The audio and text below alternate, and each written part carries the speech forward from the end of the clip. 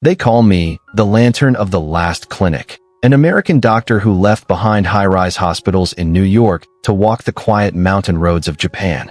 For over 40 years, I've cared for elders in the misty villages of Nagano, where silence is sacred and growing old is not feared, but understood. And what I'm about to say may surprise you, perhaps even challenge everything you've been told. After 70, you don't need more friends. What you need is more of yourself.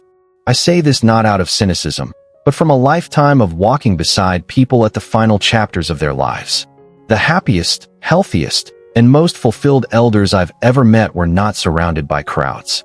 They were surrounded by peace. They were not lonely. They were whole. Let me share the story of one such man, Soichiro, and what he taught me about the quiet joy of independence after 70.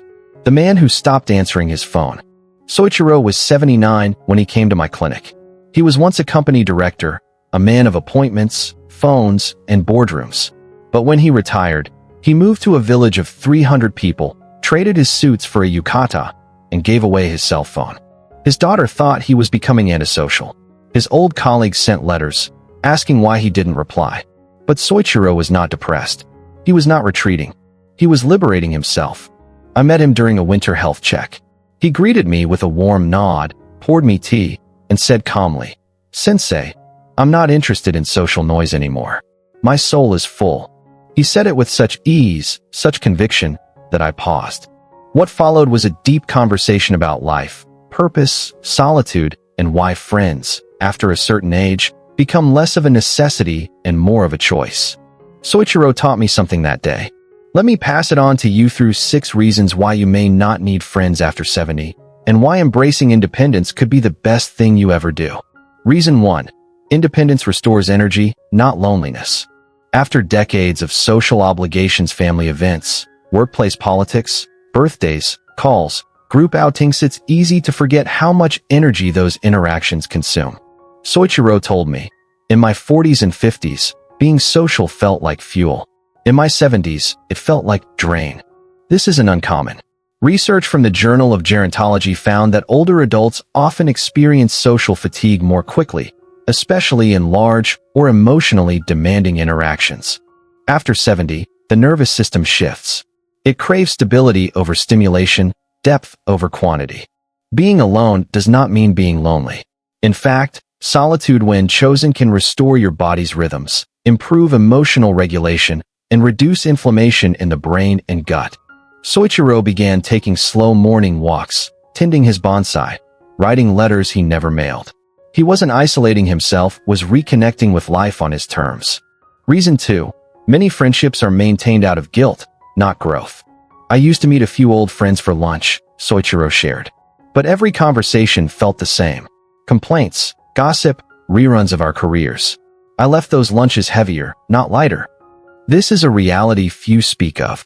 As we age, some friendships persist not because they nurture us, but because we fear what it means to let them go. We feel obligated, not inspired. The truth is, not all friendships age well. Some were formed in past versions of ourselves. Holding on to them can anchor us to old identities that no longer serve our spirit. Science echoes this. A 2020 study in psychology and aging found that emotionally ambivalent relationships, the ones we find both rewarding and draining, can be more damaging to mental health than being alone. Letting go of these ties isn't selfish. It's self-honoring. Reason 3. Solitude deepens self-knowledge. At 80, Soichiro began learning the shakuhachi, a traditional Japanese bamboo flute. Not for performance, not to impress, but to feel. Every note I play is a conversation with myself, he told me. In solitude, we begin to hear ourselves clearly for the first time. Without the noise of constant dialogue, our true desires, fears, longings, and wisdom come to the surface. Aging is not just physical change, it's psychological shedding. You've lived through love, loss, careers, decades of duties. After 70, you are finally allowed to return to the question, who am I without all that? Spending time alone isn't antisocial. It's an act of return, of refinement, of rediscovering the truth beneath the roles. Reason 4. You become more emotionally resilient on your own. One of the greatest myths about aging is that we become emotionally fragile. What I've found is the opposite. Those who embrace solitude tend to become more emotionally stable, less reactive, and more accepting of life's changes. Why?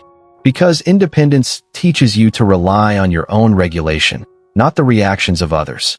When Soichiro's sister passed, he didn't post it online. He didn't make phone calls. He went to the temple, lit incense, and sat in silence. "I let my grief settle like snow," he said. Not everything needs to be spoken. Studies in neuropsychology have shown that elders who regularly engage in quiet reflection through journaling, prayer, or nature walks have lower levels of cortisol and longer telomeres, the biological markers of aging. Solitude gives the heart room to breathe. Reason 5. Time becomes more precious than company. Soichiro measured his days in tea leaves and shadows. He didn't rush. He didn't multitask. He didn't make plans just to stay busy. After 70, he said, "Every hour is sacred. Why spend it with anyone who makes you wish you were alone?" He didn't mean it with bitterness. He meant it with reverence. When we reach our later years, we begin to understand that presence is everything. And many social interactions distract us from the present moment rather than deepen it. Loneliness is the pain of not having others. But disconnection is the pain of not having yourself. Choosing solitude after 70 is not about retreating from life. It's about returning to the time that remains and living it on your own terms. Reason 6. You discover freedom you never knew you were missing. There is a kind of freedom only known to the aging soul who no longer fears being misunderstood. Soichiro didn't check his messages. He didn't attend community events. He didn't feel pressured to smile when he didn't want to. And he was radiantly content. He hiked alone. He sang to the cicadas. He cooked for himself like he was feeding royalty. He no longer needed to perform. So many of us grow up with invisible scripts: how to be polite, how to stay connected, how to be liked. But after 70, you have full permission to unwrite those scripts. You don't need to answer every call. You don't need to justify why you stayed home. You don't need to say yes to protect someone else's comfort. You are no longer a servant of society. You are the steward of your soul. The science behind Soichiro's way of life. Modern research supports what Soichiro lived. Intentional solitude has been shown to increase emotional regulation, reduce anxiety, and promote brain plasticity. Letting go of draining relationships lowers stress and enhances immune response. Creative hobbies in solitude improve neurogenesis and delay cognitive decline. Freedom from social obligation decreases systemic inflammation and supports cardiovascular health. Spiritual and reflective practices like prayer, walking, or journaling are linked to longer lifespan and greater life satisfaction. These are not just poetic truths. They are physiological realities. Solitude doesn't just feel good. It heals. Final words from Dr. Raymond Kondo. So if you're 70, 75, 80, or beyond, and you find yourself spending more time alone, and the phone rings less, and the group outings don't call to you anymore, I want you to know something that Soichiro helped me understand. You are not missing out. You are coming home. You are not growing distant. You are growing inward. Let your days slow. Let your connections narrow. Let your joy deepen in silence. Because sometimes, the most profound friendship you'll ever have is with the quiet inside you.